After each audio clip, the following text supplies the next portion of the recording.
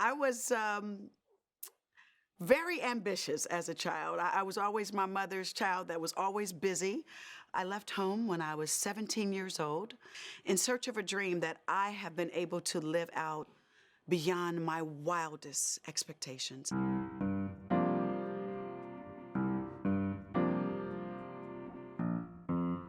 The majority of my childhood and teenage years were in Indianapolis, Indiana. They used to call me Cartwheel Angie because I was always somewhere turning flips or doing cartwheels. So later I became a cheerleader. I played basketball, track.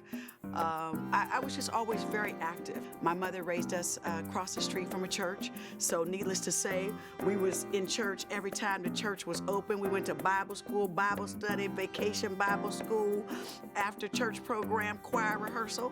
Whenever church was open, that's where my mother had us. Later in life, those foundations that I got through faith have really carried me a long way. I had an auntie that was a beautician, the late Madam King, and she was the first person that I let cut my hair. And she said, you know what, baby, you could be a model.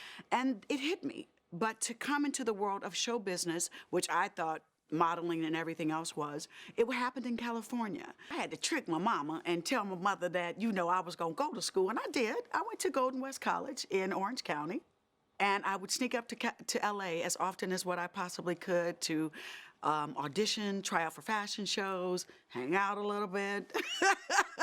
And I'm so very glad that she wanted me, made sure that I got my education, because baby, I will break down a contract and make sure I get what I'm supposed to get. I had to fight to get the role of Independence Day. Oh my gosh, I had to audition 6 times. I was just on a soap opera and I couldn't even get an audition at first. And I kept calling my agent going, everyone's auditioning for Independence Day. How come I don't? She says, honey, you're just on a soap opera. You know, you don't have a big enough name. I was like, bummer. I said, well, keep calling. So she gave me a call and she said, oh, here comes your chance. Your audition's tomorrow and you're going up for Independence Day. And then I'll never forget being at home, living in Inglewood, California. And they called me and they said, you got it. And I remember screaming and running through my little apartment at the time saying, this is going to change my life. And it did. The film made $800 million worldwide 15 years ago, which was huge. And from there, it was movie after movie after opportunity.